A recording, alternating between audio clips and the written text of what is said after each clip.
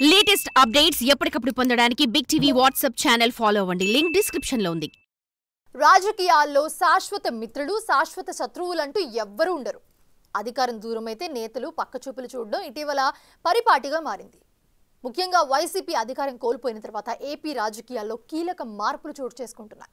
జిల్లాల వారీగా అధినేత జగన్ నిర్వహిస్తున్న సమావేశాలకు కొందరు డుమ్మా కొట్టడంతో వారి పరిస్థితి ఏంటని చర్చ జోరుగా సాగుతోంది. ఇప్పుడు శ్రీకాకుళంలో వైసీపీకి కీలకంగా ఉన్న ధర్మాన ప్రసాదరావు తాడేపల్లి మీటింగ్కు హాజరు కాకపోవడం హాట్ టాపిక్గా మారింది. ఇప్పుడు ఎన్నికల తరువాత వరుస కష్టాల్లో వైసీపీ. అధినేత జగన్ మాటను లెక్క చెయ్యని కీలక నేతలు. తాడేపల్లిలో కీలక మీటింగ్కు ధర్మాన ప్రసాదరావు డుమ్మా.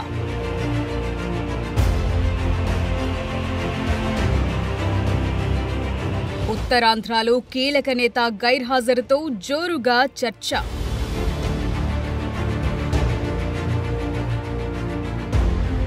కుమారుడి రాజకీయ భవిష్యత్ కోసమేనంటూ టాక్.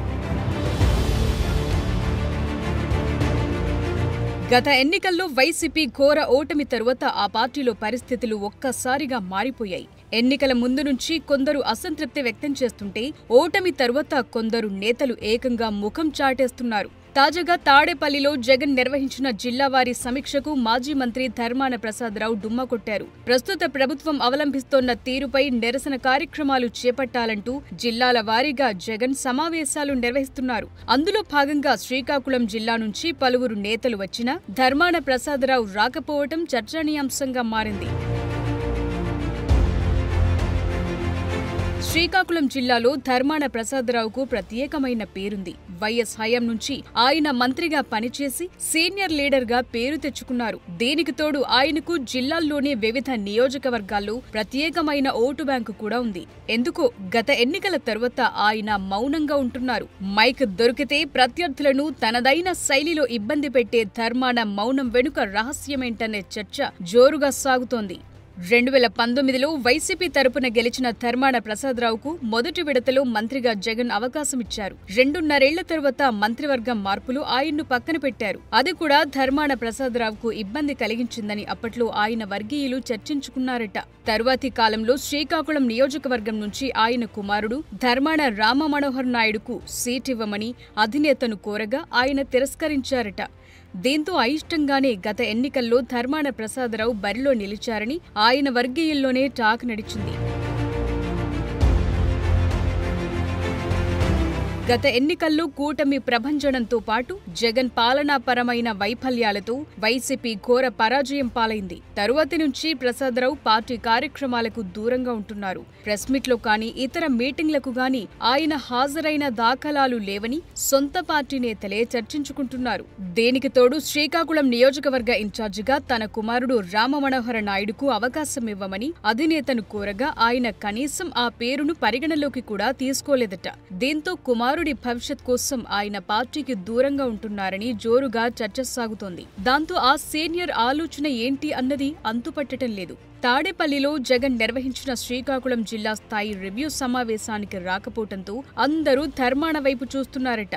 ఆయన ఎందుకు హాజరు కాలేదన్న అంశంపై పెద్ద ఎత్తున చర్చ సాగుతోంది. విశ్వసనీయ వర్గాల సమాచారం ప్రకారం ఆయన రాజకీయ వైరాగ్యంలో ఉన్నారని, రాజకీయంగా ఎటువైపు అడుగులు వేయాలా అని సమాలోచనలు చేస్తున్నారని తెలుస్తోంది. ప్రసాదరావు ఆలోచనలన్నీ కుమారుడు, రాజకీయ వారసుడు ధర్మాన రామమనోహర్ నాయుడు భవిష్యత్ చుట్టూనే తిరుగుతున్నాయని ఆయన సన్నిహితులు చెప్తున్నారు. ఎలాగూ ఫ్యాన్ పార్టీకి భవిష్యత్ లేదని, ఒకవేళ ఉన్నా తన కుమారుడికి జగన్ సీట్ ఇవ్వరని తెలిసే ధర్మాన మౌనంగా ఉన్నారనే చర్చ జోరుగా సాగుతోంది.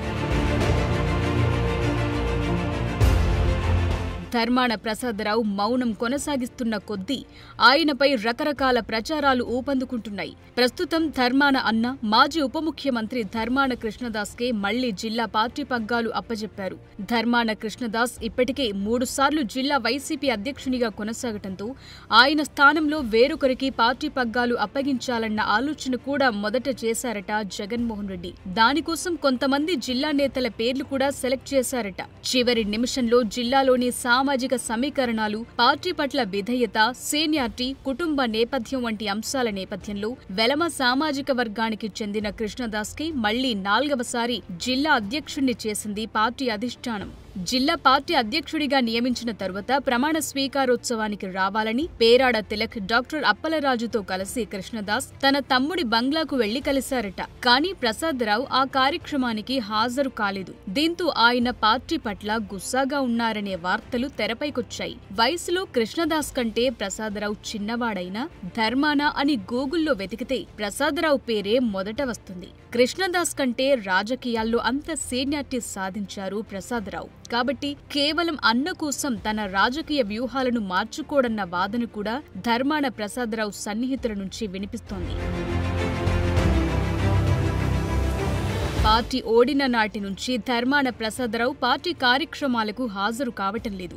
ఆరోగ్యం బాలేదని, అందుకే విశ్రాంతి తీసుకుంటున్నానని ప్రసాదరావు సన్నిహితులు చెప్తున్నారు. కానీ జగన్ వ్యవహార శైలి కూడా ధర్మాన ప్రసాదరావు మౌనానికి కారణమన్న వాదన వినిపిస్తోంది. పార్టీ నుంచి చాలా మంది బయటకు వెళ్లిపోవటానికి కూడా జగన్ వ్యవహార తీరే కారణమంటున్నారు. ఎన్నికల్లో ఘోర పరాజయం తరువాత కూడా జగన్లో మార్పు రాకపోవటం, వైసీపీ పరిస్థితిపై క్యాడర్లో నమ్మకం తగ్గటం కూడా ధర్మానను ఆలోచనలో నెట్టిందనే వాదన కూడా జిల్లా వ్యాప్తంగా వినిపిస్తోంది.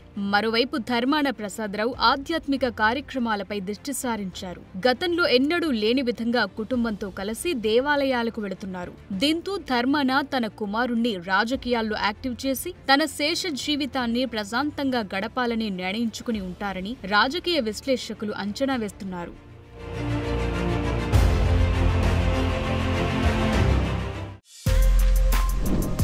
For more videos like this, subscribe Big TV channel.